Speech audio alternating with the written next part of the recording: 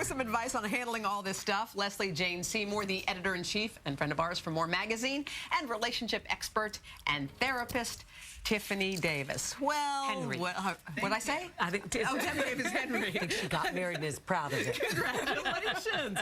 Well, So good to see you, ladies. this is that time. here. You can actually feel it when you're on the streets. Yes. There's a lot. There's like a cloud It's sometimes a buzz. looming. Yeah. Well, no cloud, but it's Doesn't just have to be. unrealistic expectations. That's always It the is. biggest problem, isn't I mean, I feel like I'm forced to have the most beautiful tree. I'm forced to put gold glitter on my cookies. I blame Martha Stewart and all those people who raise my expectations so high. I'm going to fail no matter what. Is there a danger that we are doing that to such an extent that we have completely lost sight of what it's all about and don't enjoy any of it anymore? I totally agree. I think we tend to overdo it, overspend, overcommit, and these few weeks between Thanksgiving and New Year's, they're the most hectic and the most stressful for people because we're adding on so many different things. We're cooking a lot more. We're having all the family gatherings, buying more presents.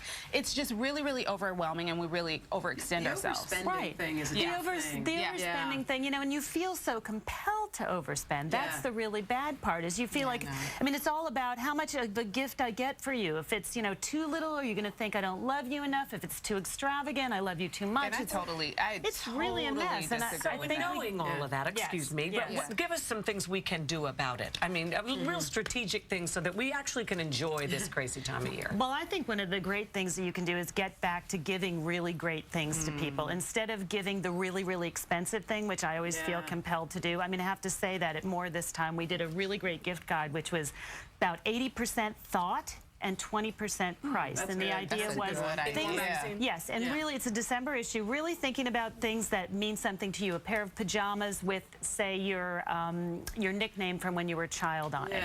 So we're not spending millions, but it's thoughtful. And what about something like a World Vision or something like that, where you can buy a goat and feed a family? I mean, it's very unusual. I think instead of buying, we should give. Like really take into account what you said.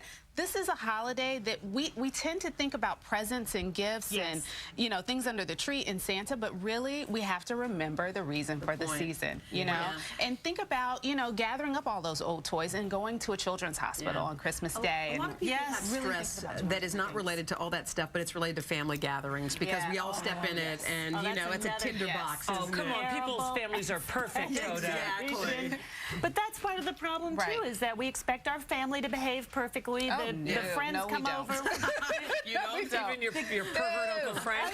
Oh, you know, but you know what? You have to just get through it. What I do is just say, it's one day, we'll get through it. You plaster on that smile, and you'll just get through it. But that doesn't mean you're enjoying it. No, not enjoying. And I don't think you always have to do it. Enduring. I don't think you always have to do it. I think this year, you know, for me, I took a time out. On Thanksgiving, I said, I'm not doing it. I can't. I'm too overwhelmed. We ordered dinner in from a restaurant the night before. And the world didn't come to an end, did it? Guess what? These holidays come every year. So if I sit this one out this year, next year I can pick it back up where we left off. I think the greatest thing about getting older is you finally stop caring what people think.